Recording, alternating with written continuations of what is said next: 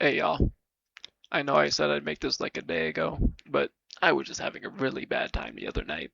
So bad that my mom offered to take me to the hospital, so I just spent it trying to relax and distract myself with video games rather than stressing about or focusing on making this.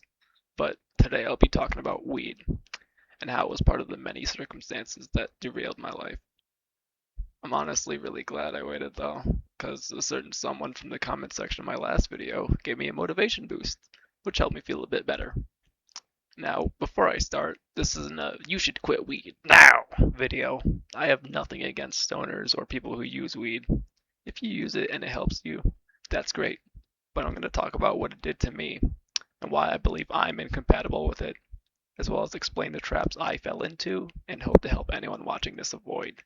Especially if my experience or feelings sound familiar or ring true to you, then this is for you. Weed has been part of my life for over 6 years.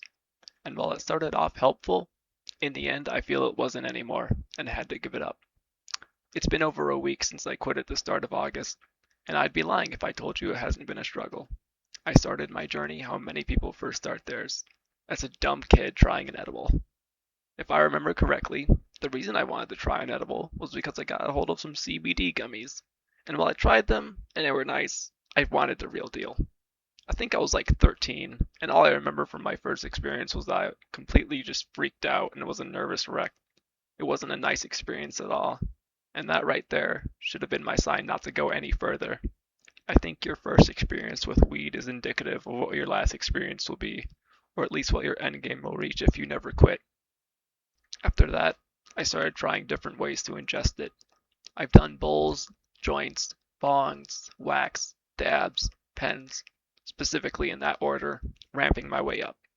And I believe the last one to have been the most harmful to me as a person, my development, and my life path. When I first started, it wasn't an everyday thing.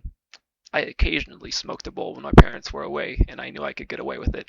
And it wasn't that bad. It was actually quite enjoyable, especially compared to my first experience with edibles.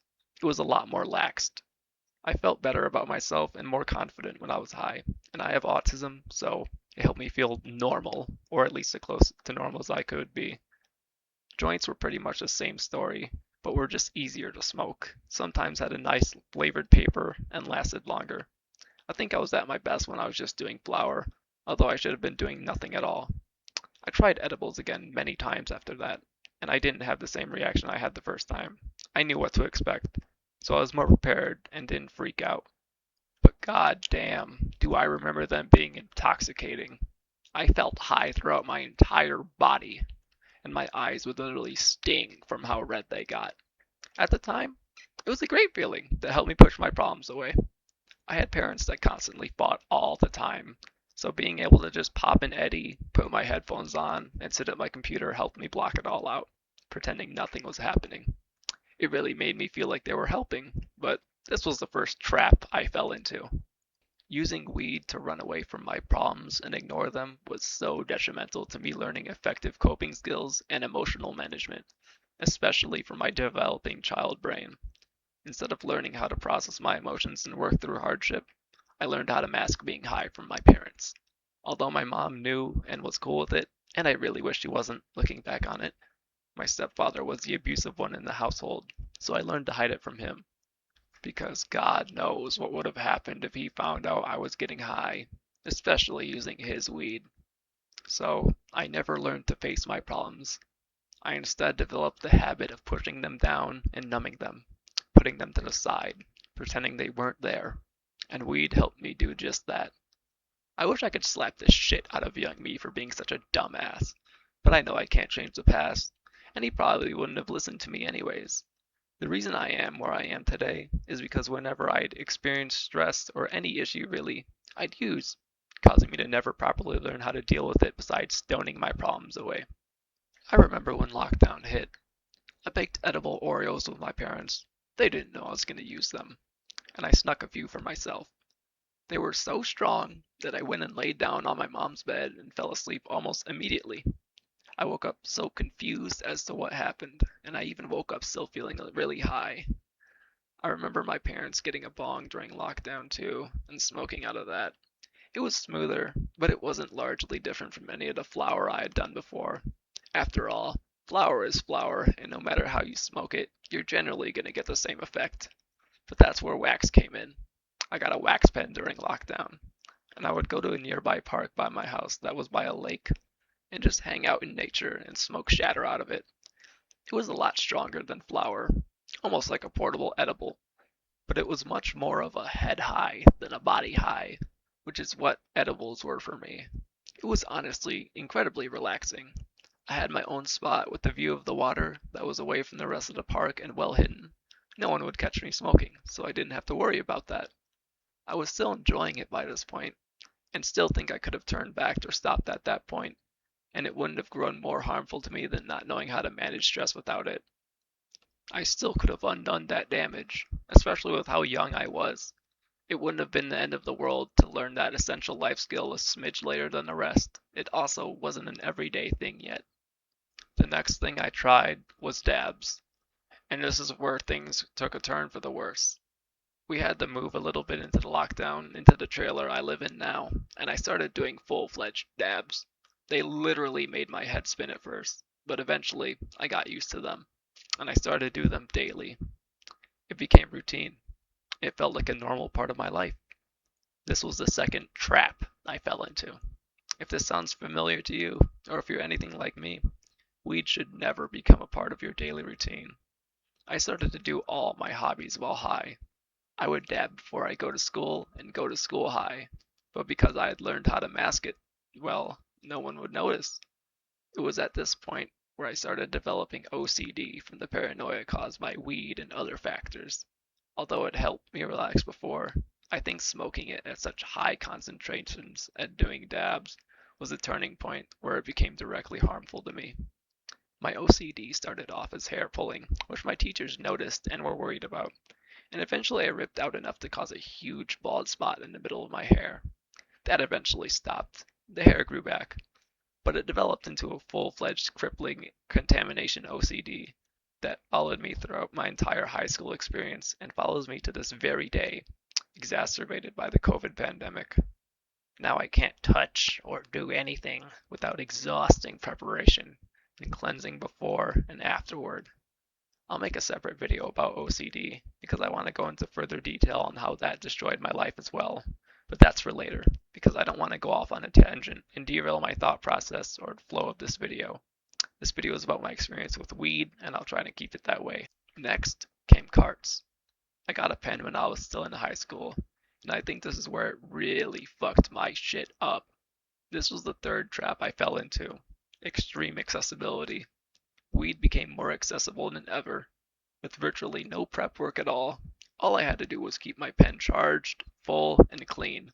Carts are such a mind fuck when it comes to perceived addiction, because their cost is so much lower, the potency is so much higher, and they last so much longer. You think because you're spending less and lasting longer, it's not as bad for you. So fucking wrong. I still knew better than to bring it to school, but my pen sat on my computer desk, and as soon as I got home and showered, I would sit at my computer and smoke my nights away, staying up incredibly late because it effectively suppressed my rest signal. And because I was an autistic kid with ADHD, it basically didn't matter how little sleep I got, because my energy levels were always constantly through the roof and off the fucking charts, even while high. It wasn't just a daily thing anymore, it was an hourly thing. I became incredibly obsessed with timing it.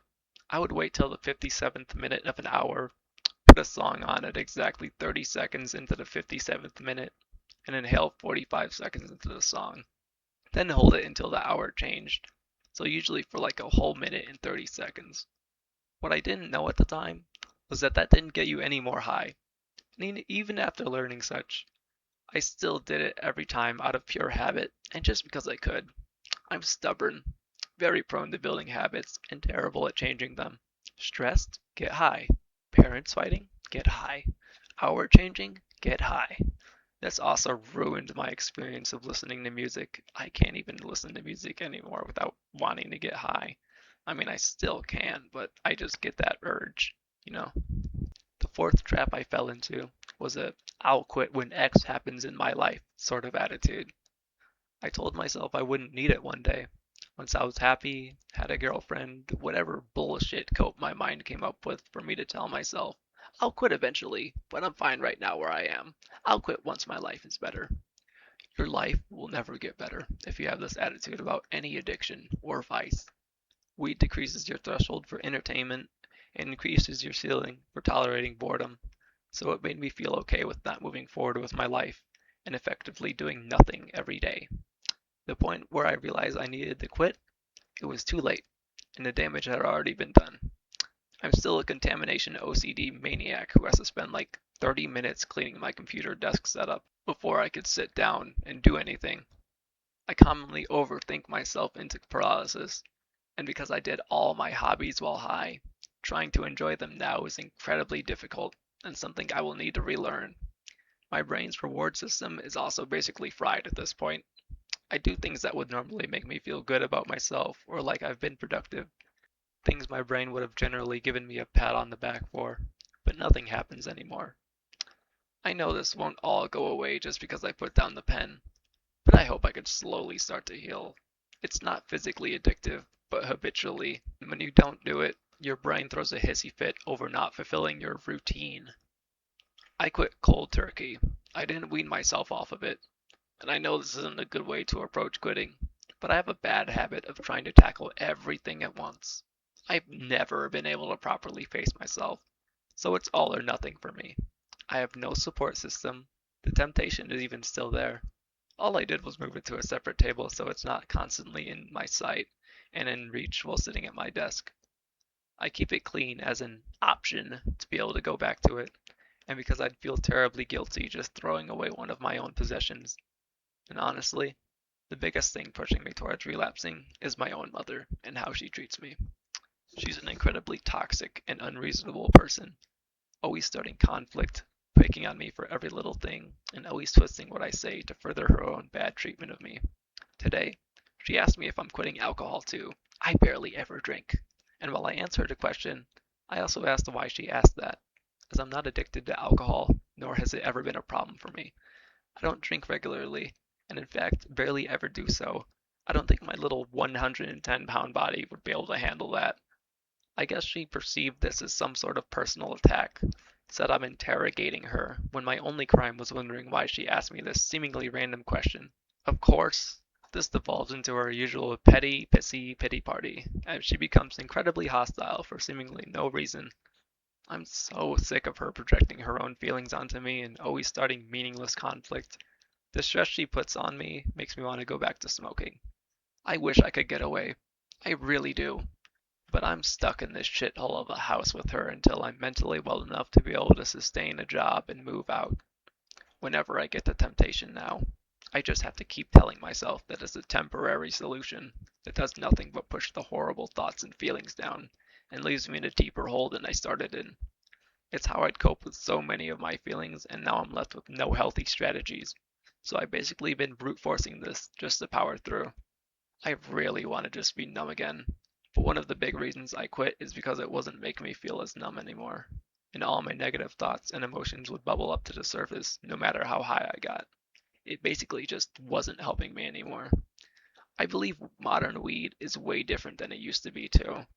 It's way more concentrated and contains way less CBD, which is the thing that actually calms you down. I don't remember where I heard or read it, but I remember someone saying, modern weed feels like the weed that Dare warned you about, and I couldn't agree more. Maybe it really was the boogeyman they made it out to be. If you're listening to this and have never touched the stuff, stay the fuck away from weed. And if you really feel that you must indulge this smoke flower, stay away from the hard shit. Because if you're vulnerable, like me, it might really fuck you up. If you already use, I'm not here to convince you to quit. But if any of this rings true to you, give it some thought. Really think, is this stuff helping me as much as it used to, or at all? And if the answer is no, you should probably stop. You don't have to, but consider it. One of the hardest things about having done weed was the regret of ever having done it in the first place. If this opened your eyes even a little bit, I'm happy for you and wish you the best of luck on your journey. If you quit, you might feel that longing to go back, but I promise it's not worth it, no matter what lies your mind tells you. It will be long, it will be hard, it will suck, and possibly even be painful as new or repressed feelings emerge. But just know I'm right here with you. Feel free to comment if you're struggling, because I'm struggling too. Good luck.